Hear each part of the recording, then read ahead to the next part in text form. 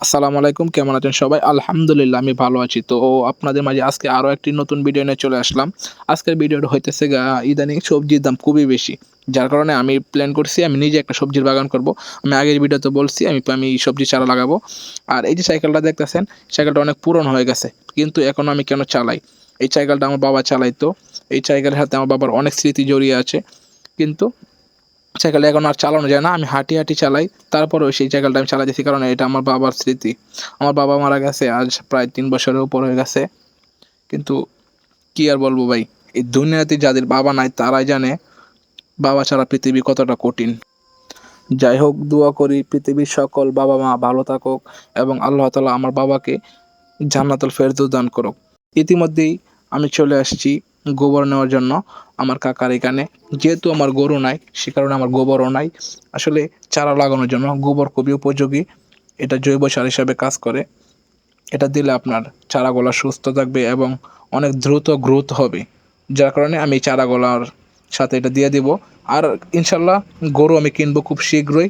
আপনারা দোয়া করবেন আমি যেন একটা গরু কিনতে পারি। আমার খুবই শখ একটা গরু কেনার এবং গরু পাললে আমার খুব ভালো লাগে। ভালো লাগে বলতে গেলে ধরেন গরু একটা আমার শখের একটা জিনিস। গরু পাললে অনেক উপকারে আসে। ধরুন গরুর দুধ খাওয়া যায়, অনেক কিছু। তো সেই কারণে আমি ভাবতেছি একটা গরু কিনবো। তো আপনারা আমাদের জন্য দোয়া করবেন। ইতিমধ্যে আমার গোবর নেওয়া শেষ।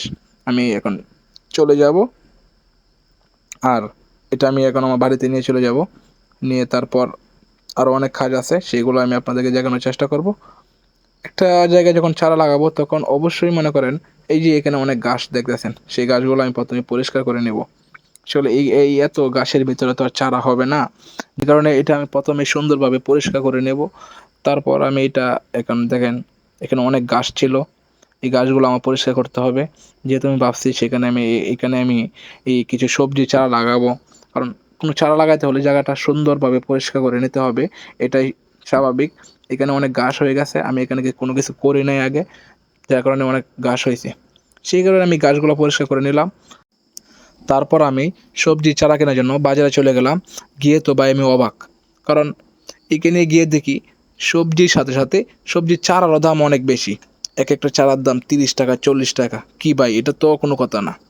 এত দাম কেন? চারার দাম এত কেন? তারপরে ভাবলাম যে কী আর করা, সবজির যেহেতু দাম বেশি, চারার দাম বেশি হওয়ারই কথা। যাই হোক, কিছু করার নাই। তারপরে কিছু চারা কিনলাম। ১৫-২০টা চারা কিনে নিয়ে আসলাম। আসার পর তো এটা লাগাতে হবে।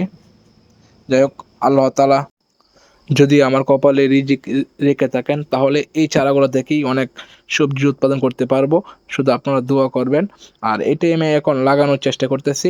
এখন বিকাল টাইম হয়ে গেছে, কারণ চারা লাগানোর উপযুক্ত সময় হইতেছে বিকালবেলা। তো আমি বিকালবেলা রেডি হয়ে গেছি চারা লাগানোর জন্য। এখানে প্রথমে আমি গর্ত করে নিতেছি চারার জন্য। এক একটা এক একটা চারার জন্য এক একটা গর্ত করতেছি। তারপর এখানে মনে করেন যে আপনার এবার আস্তে আস্তে সবগুলা করে নেব। আমার গর্ত করা প্রায় শেষ। এখন আমি দিয়ে দিতেছি জৈব সার, যেটাকে আমরা গোবর বলি। সেটার আমি জৈব সার বলতেছি। কারণ এটা দিলে মনে করেন একটু নতুন চারা তো, যার কারণে নিচে যদি একটু ভিটামিন মনে করেন যে একটু পুষ্টি পাই, সেই চারাটা একটু তাড়াতাড়ি বড় হবে। প্রথমে আমি এই যে চারার সাথে যে কাগজগুলো ছিল সেটা বেলেট দিয়ে কাইটটা তারপর লাগাইতেছি। কারণ এভাবে না দিলে আপনার চারা তেমন বড় হবে না।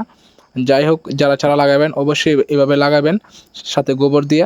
আর আমাদের ভিডিও আজকে এই পর্যন্ত ছিল। যদি ভালো লাগে অবশ্যই জানাবেন আর আমাদের জন্য দোয়া করবেন। আর আমার চারা যেন আল্লাহ বরকত দেয়, দোয়া করবেন। সবাই ভালো থাকবেন, সুস্থ থাকবেন। আসসালামু আলাইকুম ওয়া রাহমাতুল্লাহি ওয়া বারাকাতুহু।